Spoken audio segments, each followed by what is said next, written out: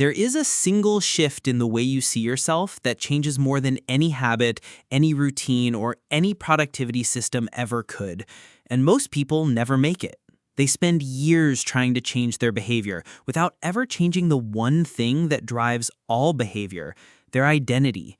Here is what that means. Most people set a goal and work backward from it. They want to lose weight, so they go on a diet.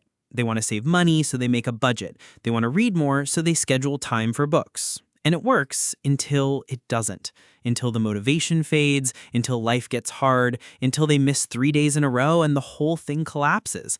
Then they start over. Same goals, same cycle. The reason this happens is that they are trying to change outcomes without changing identity. They are asking the question, what do I need to do? But the more powerful question is, who do I need to become? This is the mindset shift. Stop thinking of yourself as someone trying to build a habit. Start thinking of yourself as someone who already is a certain kind of person.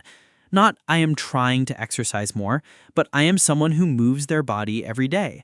Not, I am trying to save money, but I am someone who is financially responsible. The behavior follows the identity. Every action you take is a vote for the type of person you believe yourself to be. Cast enough votes in the same direction, and the belief becomes unshakable. This works in reverse, too.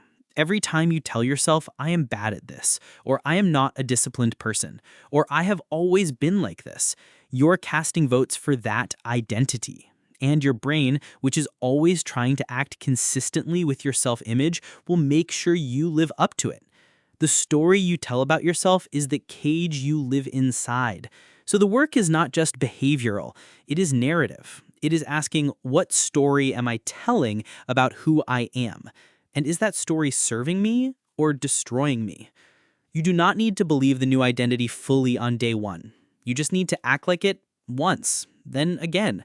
Prove it to yourself in small ways. Read one page and say, that's what I do. Go for one walk and say, that's who I am. Over time, the evidence stacks, the identity solidifies, and then the behavior stops feeling like discipline.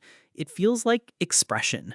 You are not forcing yourself to do it, you are being yourself. The most permanent changes in human history did not come from people who tried harder. They came from people who decided to see themselves differently. That decision is available to you right now, today, before anything else changes. You do not rise to the level of your goals, you rise to the level of your identity. Decide who you are, then act accordingly. Subscribe.